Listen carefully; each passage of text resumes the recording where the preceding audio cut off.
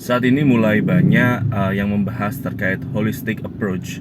Holistic approach itu adalah gabungan antara nutrisi, kondisi metabolisme dari ternak atau ayam itu sendiri, dan bagaimana kondisi manajemen yang ada di kandang kita, baik itu secara struktur bangunan atau kondisi lingkungan dan sistem manajemen yang ada di dalam kandang.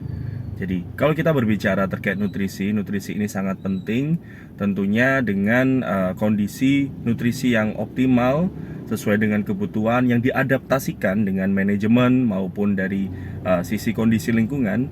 Ini nutrisi ini akan terserap secara sempurna sehingga menghasilkan performa yang optimal.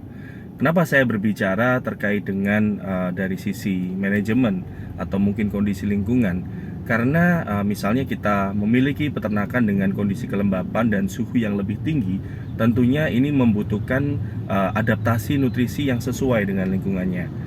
Misalnya kita di kondisi kelembapan yang rendah dengan kondisi suhu yang relatif normal misalnya, ini juga kita bisa mengadjust sehingga cost dari nutrisi atau cost pembuatan pakan yang kita gunakan untuk ternak kita itu tidak terlalu mahal.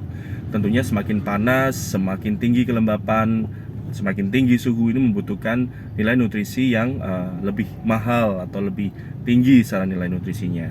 Tentunya kita perlu adaptasi juga dari sisi kondisi lingkungan, misalnya mikrobiota atau challenge dari penyakit misalnya, ataupun juga bahan baku yang kita gunakan, sehingga secara net nutrisi yang diserap oleh ayam ini atau ternak ini bisa lebih optimal lagi.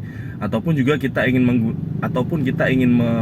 goal-goal tertentu, misalnya kita menginginkan goal-goal tertentu misalnya untuk mengoptimalkan karkas, atau ingin mungkin ditambahkan untuk functional feed misalnya. Jadi holistik ini adalah keseluruhan. Kita menghubungkan antara nutrisi, kondisi challenge lingkungan, ataupun mikrobiota, ataupun bakteri, maupun dari sisi manajemen.